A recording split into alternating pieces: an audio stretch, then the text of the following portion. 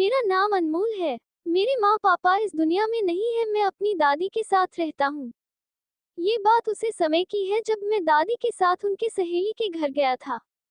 दादी की सहेली शहर से दूर एक छोटे से गांव में रहती थी। माँ बाप की मौत के बाद दादी ने मुझे अपनी देखरेख में रखा था। मैं एक अच्छी जॉब करता हूँ, गांव की जमीनों से इतना आ जाता था कि घर में किसी चीज की कमी का एहसास नहीं था। दादी की जबान पर एक ही बात रहती थी कि इस घर में एक बहू की बहुत कमी है। मैं हंसकर उनकी बात को टाल देता था। दरअसल अभी तक मुझे अपनी पसंद की लड़की मिली ही नहीं थी, लेकिन जब मैं दादी के साथ उनकी सहेली के गांव गया तो जिंदगी ने एक नया मोड़ ले लिया। उनकी सहेली की पोती दादी को बहुत पसंद आ गई और मेरी जबरदस्ती उससे शादी कर दी। दादी कुछ दिनों के लिए वहीं रुक गई। शहर वापस आते हुए लाल जोड़ी में वह लड़की जिसका नाम सौम्या था वो भी मेरे साथ आ गई। मैंने पत्नी के लिए जो आइडियल बना रखा था वह चूर चूर हो चुका था। मैंने गांव में ही सोच लिया था कि मैं उसे कभी भी पत्नी का दर्जा नहीं दूंगा। आज छुट्टी का दिन था, इसलिए मुझे उठने की कोई जल्दी नहीं थी। मैं देर से उठा और फ्रेश होने वॉशरूम चला गया। जब बाहर निकला तो मेरी शर्ट बेड पर पड़ी हुई थी, मतलब आज मुझे यही शर्ट पहनने को कहा जा रहा था। जब उसके हाथ की बनी हुई चाय पी सकता है, खाना खा सकता है, तो कपड़े पहनने में कोई हर्ज नहीं। लेकिन एक बात मुझे अब तक समझ नहीं आई कि इस लड़की को कैसे पता चल जाता है कि मैं किस टाइम कौन सी चीज चाहिए और उसी वक्त वह सारे काम कर देती है। जब मेरे सर में दर्द होता है या चाय पीने का मूड होता है तो बिना कहे वह मेरे लिए चाय बना कर ले आती है। हालांकि मैंने कभी पति वाला ऐसा कोई हुक्म भी उसे नहीं सुनाया कि जैसे पत्नी को गुलाम बना लिया हो, लेकिन वह खुद बिना कहे मेरे सारे काम करती थी। वह अच्छी पत्नी वाले सारे फर्ज निभा रही थी, लेकिन इसके बावजूद भी मैं उसे स्वीकार नहीं कर सका, क्योंकि वह गांव की थी और मैं शहर का। उसमें वह कॉन्फिडेंस और काबिलियत नहीं थी जो मुझे पत्नी में चाहिए थी। वह खूबसूरत थी, लेकिन खूबसूरत थी ही तो सब कुछ नहीं हुआ करती, और ना ही सिर्फ खूबसूरती के साथ पूरी जिंदगी गुजर ही जा सकती है। हर इंसान की तरह मुझे भी खूबसूरती अट्रैक्ट करती है, लेकिन इसका मतलब यह नहीं कि एक इंसान को खूबसूरत बनाने के लिए सिर्फ नए नक्श काफी हो। इसके अलावा भी कहीं और चीज इंसान को खूबसूरत बनाती है। तैयार होकर मैं नीचे चला आया, तब तक वह नाश्ता लगा चुकी थी। नाश्ता करके मैं अखबार लेकर बैठ गया। छुट्टी का दिन था, इसके दिमाग बिल्कुल फ्रेश था। वैसे मुझे अखबार पढ़ने का कोई शौक नहीं था, ना आदत थी, लेकिन टाइम पास करने के लिए मैंने अखबार पढ़ना शुरू कर दिया। दादी के आने में अभी एक हफ्ता बाकी था। अचानक अखबार पढ़ते पढ़ते मुझे एहसास हुआ कि कोई मुझे देख रहा है। मैंने नजर उठाकर इधर उधर देखा, लेकिन मुझे कोई नजर नहीं आया। मैं एक बार फिर अखबार पढ़ने लगा, लेकिन कुछ पल के बाद मुझे फिर महसूस हुआ कि जैसे कोई देख रहा है। इस बार मैंने दाएं बाएं देखा, फिर सामने देखा तो पता चला सौम्या किचन की खिड़की जो बाहर की तरफ खुलता है उससे चुपके चुपके मुझे देख रही है। उसकी चोरी पकड़ी जा चुकी थी, शायद इसीलिए वह छुप गई थी।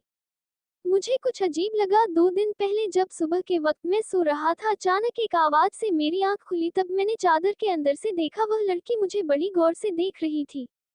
वह हमेशा मुझे ऐसे ही देखती है, लेकिन क्यों? दिमाग ये समझ नहीं पा रहा था। मैं इन्हीं सोच में उलझ बैठा था कि तभी वह मेरे पास आई। उसके कपड़ों से आने वाली खुशबू मैं बिल्कुल पास से महसूस कर सकता था। उसने कपड़े भी अच्छे पहन रखे थे और वो बहुत सुंदर लग रही थी। वह चाय लाई थी। उसने गौर से मेरी तरफ देखा, मुझे लगा जैसे वह कुछ कहना चाहती हो। मैंने पूछा, कुछ चाहिए? नहीं, और चुप हो गई। तो मैं चाय उठाकर पीना शुरू कर दिया। फिर वह कहने लगी, क्या हम बाहर चले?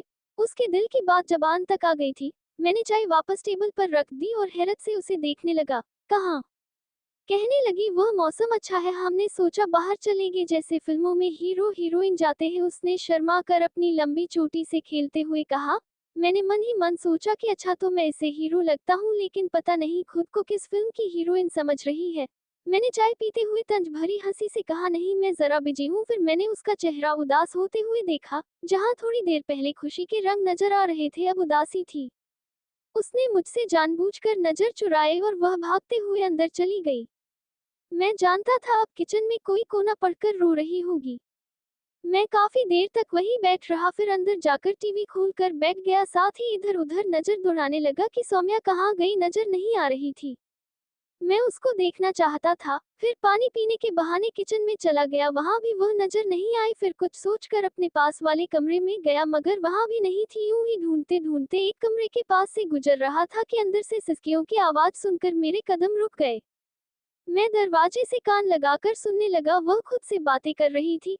भगवान हमेशा मेरे साथ ही ऐसा क्यों करते हो? तुम इतनी बड़ी दुनिया के मालिक हो, क्या एक छोटी खुशी भी मुझे नहीं मिल सकती? तुम तो जो चाहे कर सकते हो, फिर मेरे साथ ऐसा क्यों कर रहे हो?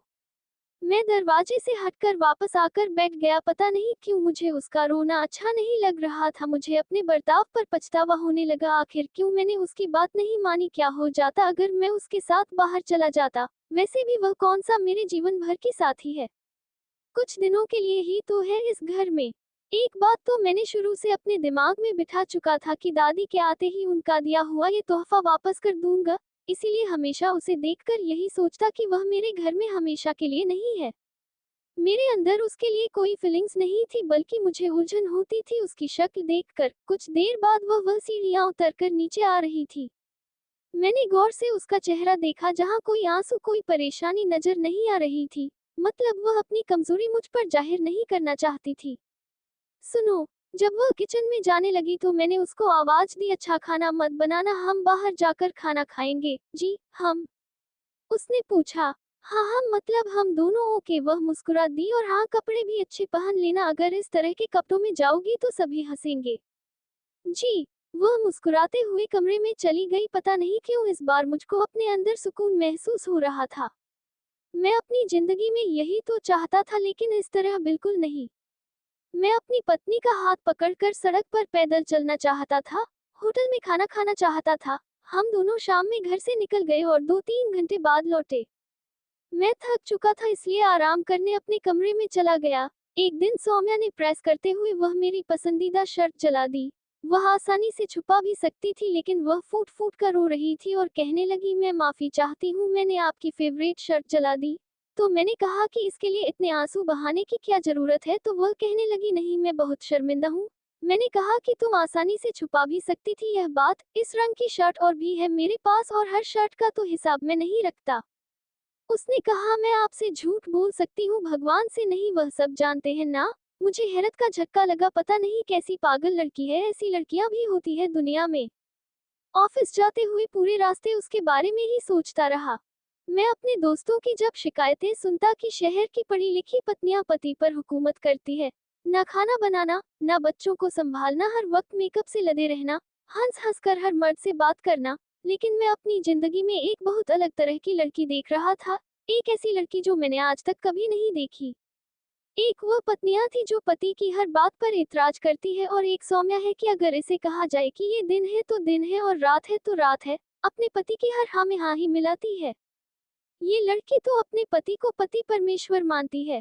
सौम्या के साथ रहते हुए मुझे लगभग 2 महीने हो चुके थे। उसने कभी नहीं कहा कि मुझे मेरा हक चाहिए, बेड पर सोना मेरा हक है। वह हमेशा रात को सोने से पहले कोई ना कोई अजीब सा टॉपिक पकड़कर मुझे सवाल करती थी, और मैं बस हाँ में या कभी कभी तो उसे गुस्से से झिड़क भी देता था, मगर वह कभी नाराज नहीं होती थी। लेकिन आज वह खामोशी से सोने के लिए लेट गई। मुझे हमेशा रात को इस लड़की की बातें बहुत बुरी लगती थी, लेकिन अजीब बात तो ये थी कि अगर वह बात ना करती तो मैं उलझन का शिकार हो जाता था। आज सुबह मेरे घड़ी अलार्म नहीं बजा, क्योंकि मैं रात में लगाना भूल गया था। मुझे लेट होता देख सौम्या मुझे उठाने लगी, तो उसके छूने पर मुझे अजीब सा लगा। तुम्हारी हिम्मत कैसे हुई मुझे हाथ लगाने की? समझती क्या हो तुम खुद को, और क्या सोचकर तुमने मुझे हाथ लगाया?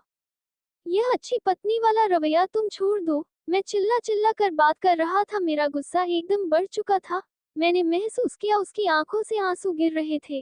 गेट आउट, मैंने चिल्ला कर कहा। वो चुपचाप खड़ी रही, इसलिए मैंने उसका हाथ पकड़कर जबरदस्ती अपने कमरे से बाहर निकाल दिया और दरवाजा लगाकर बेड पर आ गया। काफी देर बाद जब मैं नॉर्मल हुआ तो दोबारा बिस्तर पर लेट गया। जाने कब मेरी आंख लग गई। मैं दोपहर में उठा, सर में हल्का सा दर्द हो रहा था। सुबह वाली घटना अभी भी दिमाग में चल रही थी। आज हमेशा की तरह ना उसने शर्ट बेड पर रखी हुई थी और ना नाश्ता टेबल पर था। मैं समझ गया वह मुझसे नाराज है। मैंने अच्छा नहीं किया उसके साथ, कितनी बुरी तरह से पेश आया था उसके साथ। मेरे दिल ने आवाज दी। मैं किचन में चला गया, खुद अपने लिए नाश्ता बनाने लगा। इतने दिनों से मैं उसके हाथों का बना खाना खा रहा था, खुद खाना बनाने की आदत ही छूट चुकी थी। मैं बिना नाश्ता किए किचन से बाहर आ गया और सोफे पर बैठ गया। फिर अचानक ये सोचकर खड़ा हो गया कि सौम्या कहाँ चली गई। घर के कमरों में उसे ढूंढने लगा, लेकिन वह कहीं नहीं मिली। टेंशन में और इजाफा हो गया। मैं ऐसे तड़पने लगा जैसे मछली को पानी से बाहर निकाल दिया गया हो। कहाँ चली गई? सीढ़ियां उतरते हुए मैं सोच रहा था कहाँ चली गई। चली गई तो मुझे क्या जाए, वह जहाँ भी जाए अच्छा है, इस घर से चली जाए। मैं हमेशा यही तो चाहता था कि वह चली जाए घर से, लेकिन आज जब वह चली गई तो परेशान हो रहा था। मैं खुश क्यों नहीं था, जबकि मुझे तो बहुत खुश होना चाहिए था। क्या मैं उसके लिए परेशान हूँ कि जब दादी वापस आएंगी तो मैं उन्हें क्या जवाब दूंगा? नहीं नहीं, दिल से फौरन आवाज आई। मैं दादी के लिए नहीं, खुद अपने लिए परेशान था। मगर क्यों? दिल से पूछा। क्योंकि मैं उससे प्यार करने लगा हूँ। दिल ने एकदम सरगोशी की। मैं गुमसुम हो गया। ये क्या कह रहा था दिल? मैं उससे प्यार कैसे कर सकता था? वह तो मैं तो उससे नफरत करता हूँ। नहीं, दिल झूठ बोल रहा है। मैंने दिल को झूठलाने की कोशिश की, मगर मैं ऐसा नहीं कर सका। मुझे जिंदगी में पहली बार घर में अकेलेपन का एहसास हुआ। इतनी मासूम, इतनी सच्ची। मुझे जीवन साथी के रूप में सिर्फ यही लड़की चाहिए थी, और तो कोई हो ही नहीं सकती थी। इस जैसी लड़की दुनिया में कहीं भी नहीं है। अगर दादी उस लड़की पर भरोसा करती थी तो बिल्कुल सही करती थी। दादी वाकई अपनी पोते के लिए सबसे अच्छी पत्नी ढूंढ कर लाई थी। अगर मैं खुद उनकी मर्जी के खिलाफ किसी मॉडर्न लड़की से शादी करता तो क्या होता? वह लड़की क्या घर के काम करती? क्या उसमें बर्दाश्त की शक्ति होती? क्या वह मेरी बात को इस तरह सहती कि मैं उस पर हमेशा गुस्सा करता रहूं, उसे जलील करता रहूं? आज मैं पहली बार उसकी कही हुई सारी बातें याद कर रहा था। वो तो इतनी अच्छी थी, उसने आज तक कोई शिकवा, कोई शिकायत नहीं की। लेकिन वो कहाँ चली गई? प्लीज वापस आ जाओ। मैं तुम्हें फिर कुछ नहीं कहूंगा। हम दोनों मिलकर मोहब्बत से पति पत्नी बनकर रहेंगे। मुझे अपनी आंखों में नमी का एहसास हुआ। भागते हुए गया और गाड़ी में बैठकर रेलवे स्टेशन की तरफ रवाना हो गया। मैं फुल स्पीड में जल्द से जल्द रेलवे स्टेशन पहुंचाना चाहता था। मुझे अपनी कोई फिक्र नहीं थी। फिक्र ये थी कि वह चली ना जाए। भागकर रेलवे स्टेशन पहुंचा तो एक बेंच पर एक आदमी बैठा हुआ था। उससे ट्रेन के बारे में पूछने लगा तो उसने कहा, जी वह तो निकल चुकी है। मेरी तो जान निकल गई। खून सूख गया था। थक हार कर मैं वही बेंच पर बैठ गया। ऐसे कैसे जा सकती है वह मुझे छोड़कर? इतनी मामूली सी गलती की इतनी बड़ी सजा दे सकती है? काफी देर तक मैं वहीं बैठा रहा। फिर घर आ गया। घर जाकर सोफे पर फिर से ढेर हो गया। अपना सर पकड़ लिया। मैं कैसे रहूंगा उसके बगैर? मुझे तो उसकी आदत हो गई थी, उसकी। जब मैं अपनी सर को पकड़े बैठा था तो मुझे किसी के कदमों की आहट महसूस हुई। मैंने गर्दन घुमा कर देखा तो मेरी सांस रुक गई। सामने सौम्या खड़ी थी। तुम कहाँ चली गई थी? कहाँ चली गई थी तुम? बताओ मुझे। मैं उसे पकड़कर झिंझोड़ने लगा। जी, हम तो यही थे। हम कहाँ जाएंगे? मैं बहुत खुश हुआ और कहने लगा, अब आइंदा तुम कभी मुझे छोड़कर मत जाना। ओके, चाहे मैं तुम्हें जितना भी डांटूं, जितना भी गुस्सा करूं, लेकिन अब मैं तुम्हें कमरे से बाहर नहीं निकलने दूंगा। तुम मेरी दुल्हन बनोगी। मैं तुम्हें दिल से पत्नी स्वीकार करता हूँ। सौम्या मेरा मुंह देखते रह गई। फिर उसने बताया, सुबह के मेरे व्यवहार से वह टूट गई थी। उसे लगा अब उसकी जिंदगी का कोई मकसद बाकी नहीं रहा। वह कमरे से निकलकर उसके बराबर वाले कमरे में जाकर रोती रही और रोते रोते कब सो गई उसे पता ही नहीं चला। इसीलिए जब मैं आवाज दे रहा था तो वह सुन ही नहीं पाई थी। बहुत देर तक वह मुझे देखती रही और कहने लगे कि मैं जानती हूँ आप मुझसे प्यार करने लगे हैं, बस इजहार नहीं कर रहे थे, इसलिए मैं आपको छोड़कर कैसे जा सकती हूँ। आपका गुस्सा सर आंखों पर, लेकिन आपको पता है मेरा दिल टूट गया था आपके गुस्से से। गुस्सा करें, लेकिन गुस्से में इस तरह मुझे मेरी नजरों में मत गिराए। बेशक जोड़े वही बनता है आसमानों पर। वह अपनी इंसानों में कभी फर्क नहीं करता, ना देहाती और ना शहरी में, और ना गरीब और अमीर में।